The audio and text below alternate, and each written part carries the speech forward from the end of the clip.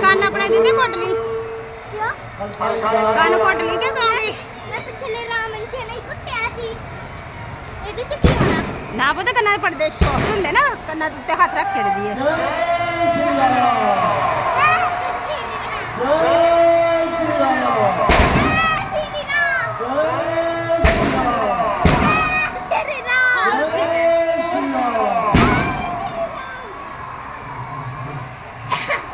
ਲੱਗੀ ਦੂਜੇ ਨੇ ਵੀ ਲੱਗੀ